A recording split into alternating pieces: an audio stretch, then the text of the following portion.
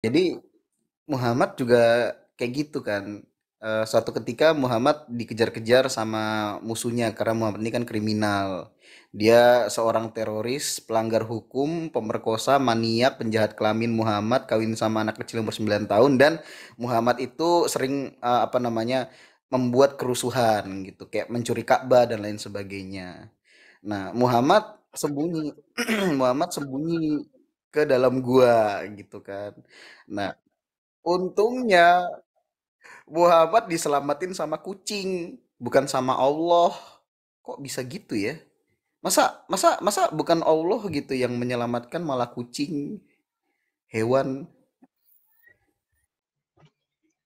Assalamualaikum warahmatullahi wabarakatuh. Berjumpa lagi dengan Jadid HMC ya, channel yang mengedukasi dan menghibur. Di kesempatan kali ini saya ingin menunjukkan ya bagaimana saat saya didatangi ya komal saya didatangi oleh Ferguson, si penghujat yang sudah pernah ditangkap tahun lalu dan tahun ini kembali menghujat agama Islam. Dan kalian bisa lihat ya bahwa nggak ada perubahan dari penghujat-penghujat ini setelah ditangkap. Jadi apapun yang terjadi sama mereka, mereka akan terus menghujat. Kenapa? Karena bayarannya ngeri, teman-teman. Bayarannya ngeri. Jadi memang para Polikardus ini, setiap terkena masalah, setiap sudah terkena kasus hukum, begitu keluar, mereka akan menjadi penghujat yang lebih ngeri lagi. Sama seperti Bulukus Suntur Saifuddin Ibrahim. Kenapa? Yang pertama, karena bayarannya akan makin ngeri. Sebelum kamu ditangkap, bayaran kamu misalnya sebulan 50 juta. Setelah kamu terkenal karena ditangkap, bayaran kamu akan naik. Sebulan jadi 100, jadi 200. Belum lagi ditambah, tentu saja kamu akan terus menghujat Islam karena makin besarlah dendam kamu kepada Islam. Sama seperti yang dialami oleh Ferguson, ya, terus juga Saifuddin Ibrahim. Begitu keluar, ya tentu saja dia akan hujat Islam makin ngeri karena dendam. Dia merasa bahwa, wah saya ditangkap gara-gara Islam, saya akan hujat lebih besar lagi. Jadi penjara itu tidak membuat mereka tobat, membuat mereka sadar bahwa yang mereka lakukan salah. Enggak. Yang ada mereka akan jauh lebih sadis dalam menghujat. Karena memang seperti itulah para Polikardus ini. Bayarannya dinaikkan, yang kedua karena dendamnya makin besar lah. Ya, mereka menyalahkan Islam sebagai biang kerok dari problem yang dia hadapi. Karena Polikardus-Polikardus ini memang selalu mencari kambing hitam. Atas apa yang menimpa hidupnya, mereka akan terus menyalahkan orang lain, nggak pernah introspeksi diri. Saya nggak tahu ya, apakah ini karena ajaran agamanya, sehingga mereka nggak sadar. Ya, apakah memang ajaran agamanya mengajarkan seperti itu? Kita nggak tahu. Karena kalau kita tanya kepada teman-teman Kristen akan bilang, ajaran kami nggak seperti itu kok. Ajaran kami kasih. Tapi yang diperlihatkan oleh orang-orang yang mengaku sebagai perwakilan Kristen, ya seperti ini teman-teman. Yang mengaku perwakilan Kristen ya. Oke, kita coba dengarkan dulu bagaimana hujatan yang dibuat oleh Ferguson ya. Yang jelas-jelas ini adalah hujatan yang sangat luar biasa dan memang ini ada ciri-ciri dari Polikardus. Oke, kita dengarkan dulu. Katanya lu sampai kabur kemana gitu. Emang iya ya? Setakut itu ya? Tapi gini, gini kriminal. Masalah lu kabur itu ada cerita menarik nih. Jadi Muhammad juga kayak gitu kan. Suatu ketika Muhammad dikejar-kejar sama musuhnya karena Muhammad ini kan kriminal. Dia seorang teroris, pelanggar hukum, pemerkosa, maniak, penjahat kelamin. Muhammad kawin sama anak kecil umur 9 tahun dan Muhammad itu sering apa namanya membuat kerusuhan gitu, kayak mencuri Ka'bah dan lain sebagainya. Nah, Muhammad sembunyi Muhammad sembunyi ke dalam gua gitu kan. Nah, untungnya Muhammad diselamatin sama kucing, bukan sama Allah. Kok bisa gitu ya? Masa masa masa bukan Allah gitu yang menyelamatkan malah kucing, hewan. Itu asal usul Muhammad menyayangi kucing. Padahal eh, Enggak seharusnya bang, gini, ini kalau jangan memang kucing dibiarkan itu orang yang seperti menyelamatkan, ini bang.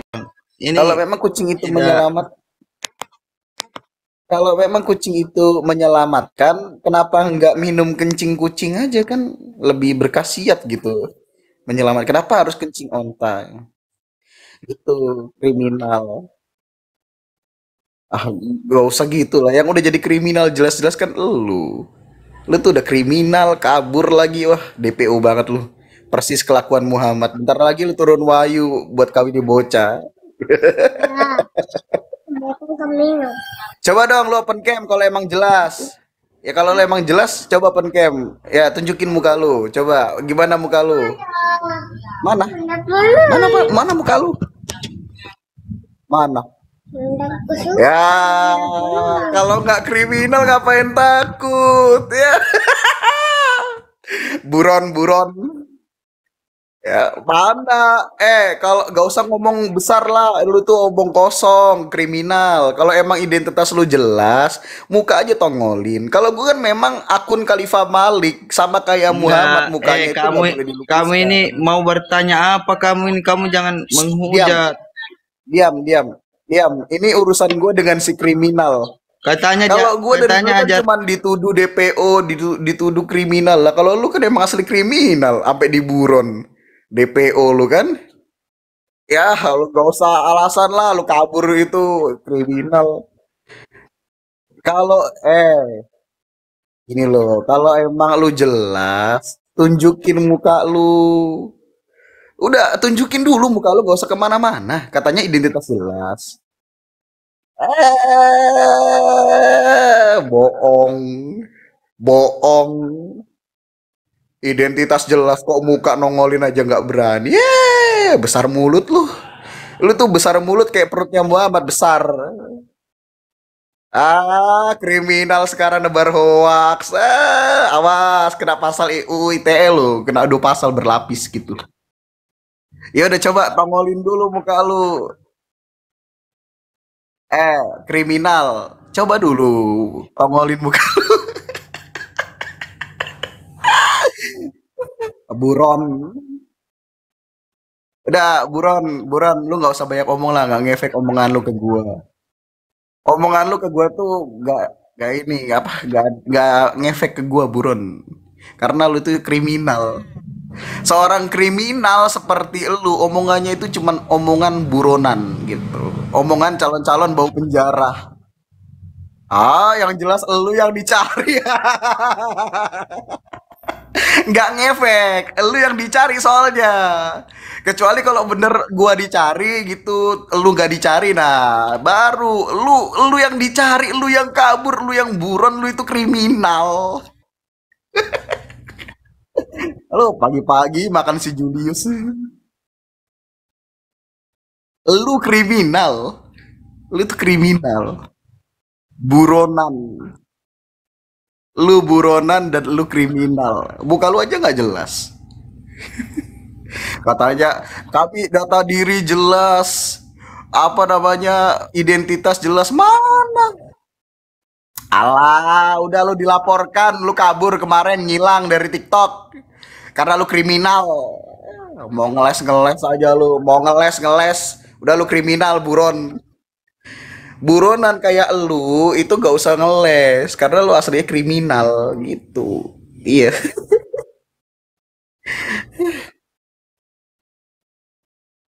Oh iya, silakan, silakan. Lu yang bahas agama ya. Gimana? Iya, teman-teman ya, 67 orang menyaksikan seorang kriminal buron bahas agama di TikTok ya, silakan.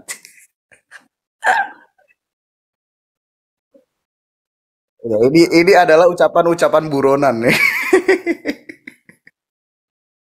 Jangan AO-AO doang, buron. Ngomong dong, apa-apa nih? Kita mau dialog temanya apa? Kriminal.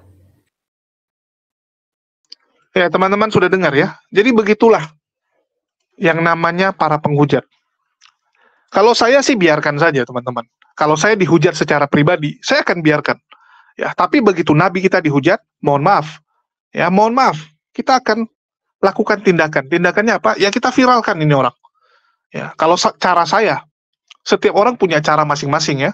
Mungkin ada yang caranya dengan ketokin kepala dia, tapi ada juga dengan cara sesuai dengan prosedur hukum. Kita tahu Ferguson ini sudah pernah ditangkap tahun lalu.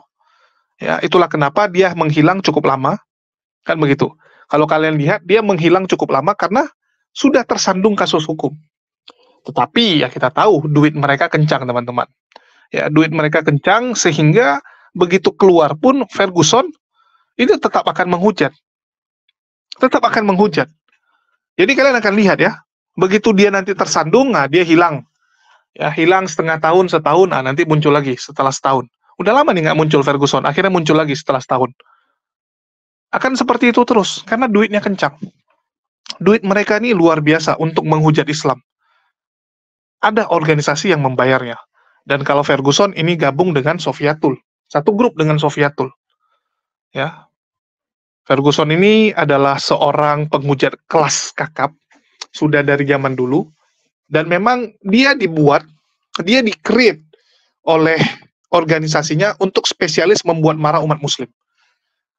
Jadi kalau kalian lihat atau kalian pernah chatting sama dia ya, itu lomba chatting jadinya. Lomba chatting ya, isinya adalah hujatan semua yang dia buat. Mungkin dia sudah copy paste ya, karena memang sudah disiapkan. Jadi mereka-mereka ini memang dibayar untuk menghujat Islam. Dibayar untuk membuat marah umat muslim. Karena barometer kesuksesan mereka adalah seberapa banyak umat muslim yang bisa kamu buat marah. Untuk itu saya memohon teman-teman ya, bantu viralkan saja. Yang video seperti ini yang bisa kita lakukan adalah bantu viralkan agar para penegak hukum di luar sana bisa melihat. Ya, bisa melihat bagaimana tingkah laku para Polycardos ini. Terus yang kedua, agar teman-teman Kristen kita di luar sana bisa melihat bahwa yang memulai ini semua adalah Laskar Polycardos. Laskar Polycardos yang menjual nama Kristen, dan seharusnya orang-orang Kristen lah yang ambil tindakan. Karena yang dicemarkan, yang dijelekkan itu nama kalian. Mereka gunakan label kalian. Mereka mengatakan perwakilan kalian. Yang dirusak adalah nama Kristen, bukan Islam. Kalau Islam cuma dihujat. Kalau Kristen dipermalukan. Dipermalukan oleh orang-orang seperti ini. Jadi sudah seharusnya yang mengambil tindakan, yang paling pertama itu Kristen. Tetapi memang kita sayangkan, orang-orang Kristen, perwakilan gereja, itu tidak ambil tindakan. Bagaimana mungkin orang-orang yang mengaku Laskar Polycardos, Laskar Kristen, tindakannya seperti ini? Saya nggak ngerti ya. Saya nggak ngerti kenapa tidak ada pihak gereja yang angkat suara. Kalau Katolik mungkin akan cepat. Kalau Katolik. Cuman masalahnya ini kan Protestan ya. Orang-orang dari Protestan. Ini yang agak berat.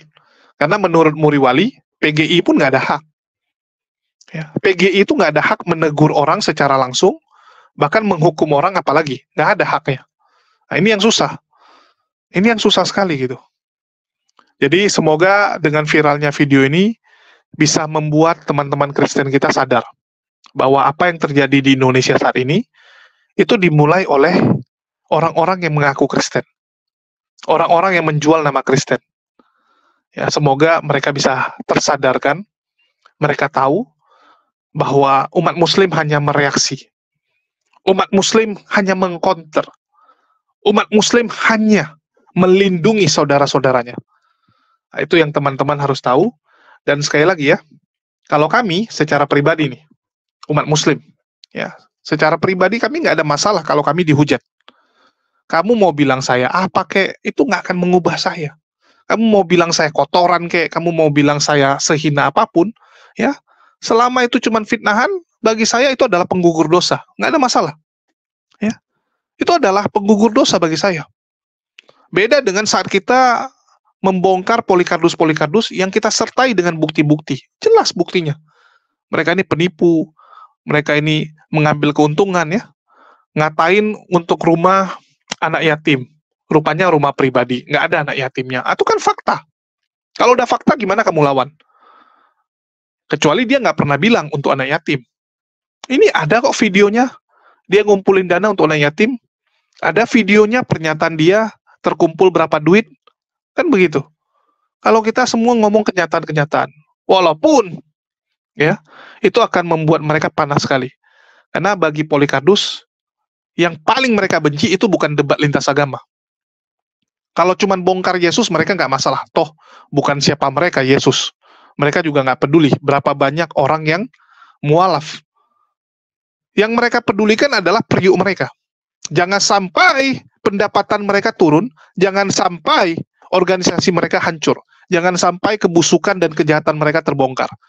Nah, itulah kenapa mereka bilang HMC ya, dia bilang ini dokter akal nih kelewatan.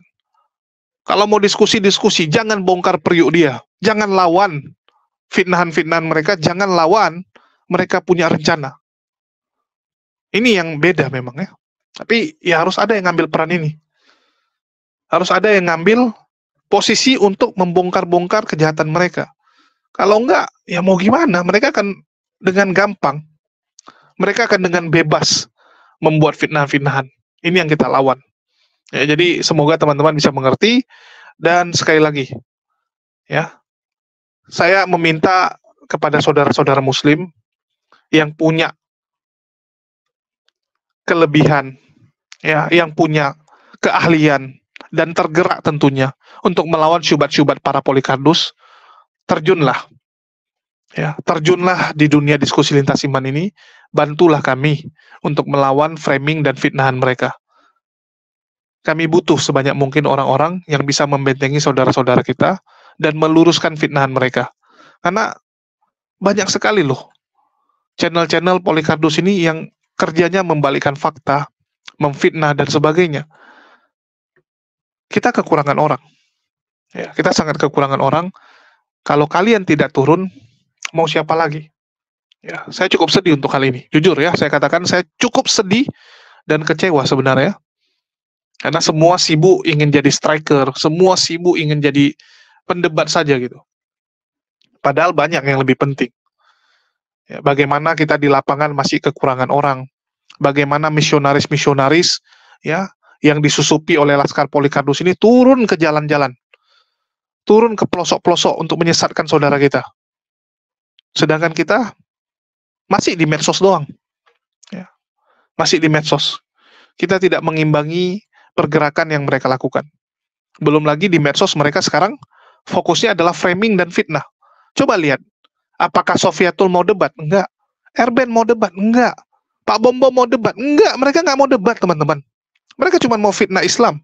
Mereka cuma mau jelekkan Islam. Ya. Contoh Ferguson ini, bisa debat nggak? Nggak bisa. Ya, Ferguson tuh nggak bisa berdebat. Kalau menghujat, jago. Kalau untuk menghujat, jangan lawan. Nggak sanggup kita. Jadi sekali lagi teman-teman, tolong ya. Tolonglah. Ada orang-orang yang bisa turun dan membantu perjuangan ini. Itu yang bisa saya harapkan. Dan bagi teman-teman yang mungkin ya tidak punya waktu dan juga mungkin kesibukan kalian terlalu banyak gitu kan, nggak punya keahlian, merasa saya nggak punya keahlian, saya nggak bisa ngomong, saya nggak bisa edit gitu. Ya minimal bantulah dengan share video-video kita, ya ditonton, di like, dan sebarkan video-video seperti ini agar orang-orang seperti Ferguson ini bisa diproses secara hukum ya. Diproses secara hukum, bukan dengan cara barbar, bukan dengan cara main hakim, enggak. Kita negara hukum kok. Kita serahkan kepada pihak berwajib. Itu aja sih yang bisa saya sampaikan. Makasih buat teman-teman semua yang udah nyimak. Di akhir kata saya ucapkan, wassalamualaikum warahmatullahi wabarakatuh. Sampai jumpa di video-video kita berikutnya.